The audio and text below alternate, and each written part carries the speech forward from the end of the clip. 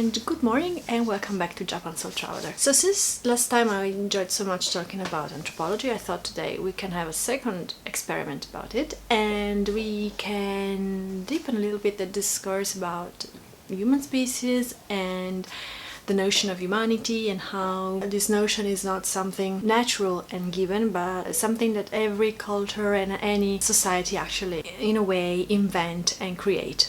The notion of human species, which apparently is very obvious and without problems, is actually something that has been discussed and that has been, we can say, debated for a long time through the cultures. In particular, the topic of discussion have been two. The first one is what are the qualities, the characters and how to say the distinctive traits that separates human beings and therefore human species from the other animal species and the other living being in general. The second point is these very traits, are they equally distributed among all the human species and among all human beings, or are there some variation and some differences between groups? Does some group possess them to the highest degree and others barely have them?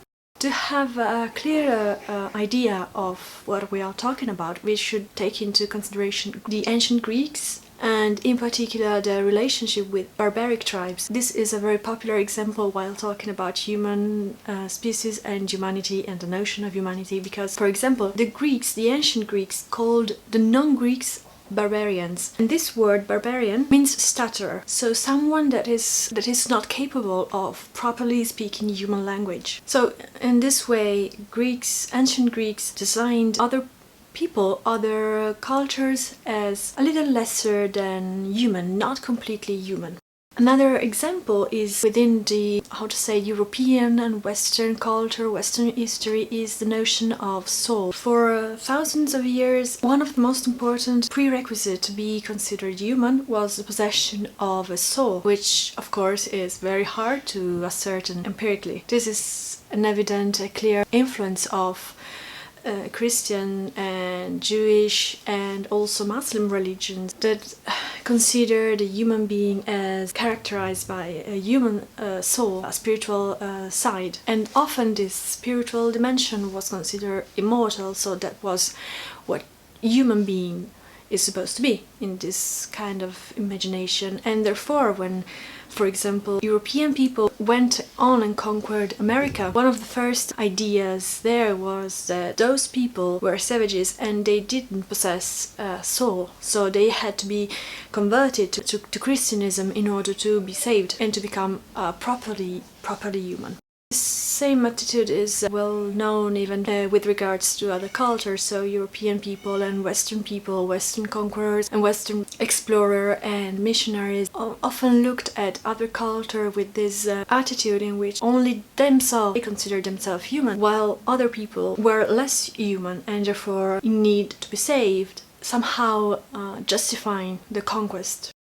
This very attitude of a different degree of humanity is not only well known between different cultures and different society, but even within one very society, one singular culture, you can find some group of people that are less human than others. For example, very easy example, one of the, most discriminated and universally considered less human beings were women. Women in I think all over the world have always been considered not quite as human as men, so they always suffered from various degree and various kind of discrimination.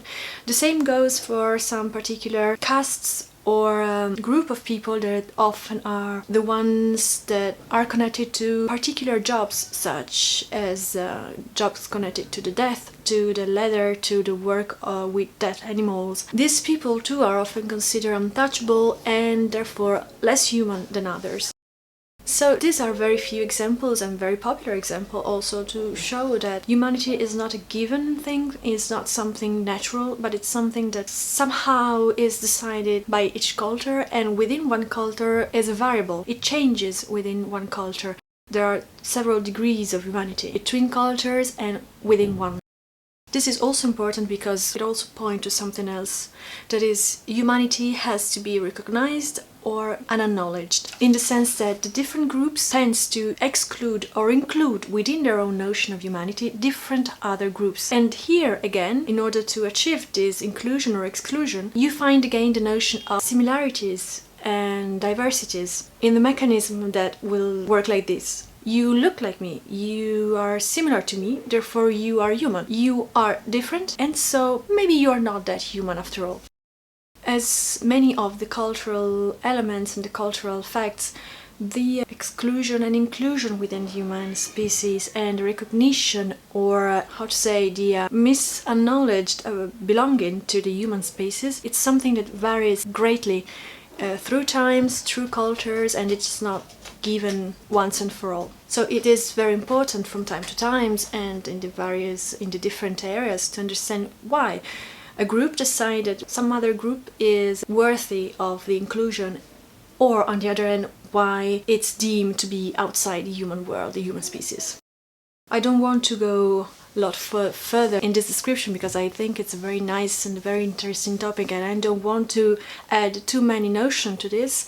But I think that it is important, one last reflection about this. So when we talk about the fact that human groups tend to decide what's human and what's not, and so often there is a huge accent on diversity and accent on the exclusion. In any case, no matter how brutally the exclusion is underlined and no matter how deeply this convention is alive within one group, but this never stops the communication, so the exchange between groups. Even when missionaries went to Africa or they went to America, in any cases an exchange occurred. They were a terrible exchange, and they were violent, and they were cruel, and of course they were unequal, and they didn't respect the humanity of other people and didn't respect the rights of other people. But still an exchange occurred, and somehow two cultural traditions went into contact and influenced each other somehow, even if one of the two were more dominant and the other was destined to fall.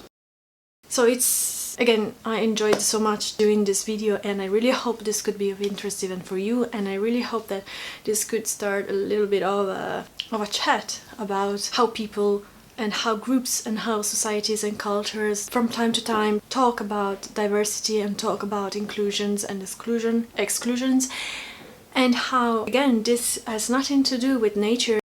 This is an example of a very human creation, a very cultural creation of human beings. So thanks again for watching. If you enjoyed this video, thumbs up. If you haven't subscribed yet, I would love if you do, so you can keep in touch and maybe you can give some suggestions and some ideas for next video and next chat.